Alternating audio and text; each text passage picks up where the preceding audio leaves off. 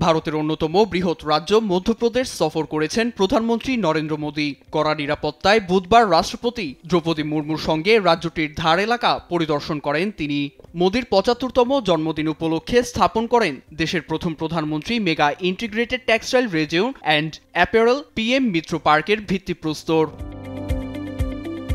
মধ্যপ্রদেশ থেকে দেশবাসীর উদ্দেশ্যে বক্তব্য রাখেন মোদী। এ সময় পাকিস্তানকে সন্ত্রাসবাদের ডেরা আখ্যা দিয়ে ইসলামাবাদের পারমাণবিক হুমকির মুখে মাথা নত করবে না বলে সাফ জানিয়ে দেন তিনি। বলেন, আস্তানায় ঢুকে শত্রুকে দমনের সক্ষমতা রাখে ভারতীয় সেনারা। পাকিস্তানের সশস্ত্র গোষ্ঠীর বিরুদ্ধে অপারেশন সিঁদুরের সাফল্য নিয়ে গর্ব করেন মোদী।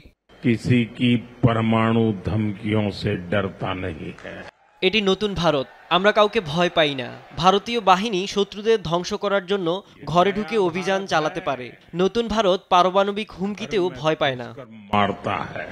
পাকিস্তান নিয়ন্ত্রিত আজাদ কাশ্মীরে সন্ত্রাসবাদ বাড়ছে দাবি করে মোদী বলেন, ইসলামাবাদের অর্থায়নে জৈশ-ই মোহাম্মদ জিইএম সশস্ত্র গোষ্ঠী সীমান্তবর্তী এলাকায় নাশকতায় লিপ্ত ছিল। জম্মু কাশ্মীরের পেহেলগামে পর্যটকদের উপর হামলা চালিয়ে গোষ্ঠীটি ইসলামাবাদের ষড়যন্ত্র উন্মোচন করেছে। पाकिस्तान से आए आतंकियों ने हमारी बहनों बेटियों का सिंदूर उजाड़ा था। পাকিস্তানের ভাওয়ালপুরে জিএম সহ একাধিক বিচ্ছিন্নতাবাদী গোষ্ঠীর ঘাঁটি লক্ষ্য করে অপারেশন সিঁদুর পরিচালনা করে ভারতীয় সেনারা। এতে জিএম প্রধান মাওলানা মাসুদ আজহার ও তার পরিবারের সবাই মারা যায়। মঙ্গলবার এই তথ্য নিশ্চিত করে গোষ্ঠীটির এক উচ্চ পদস্থ সদস্য। সেই তথ্যের ভিত্তিতে ইসলামাবাদ সশস্ত্র গোষ্ঠীগুলোকে অর্থায়ন করে দিল্লির বিরুদ্ধে অস্ত্র হিসেবে ব্যবহার করে আসছে বলে অভিযোগ করেন মোদী।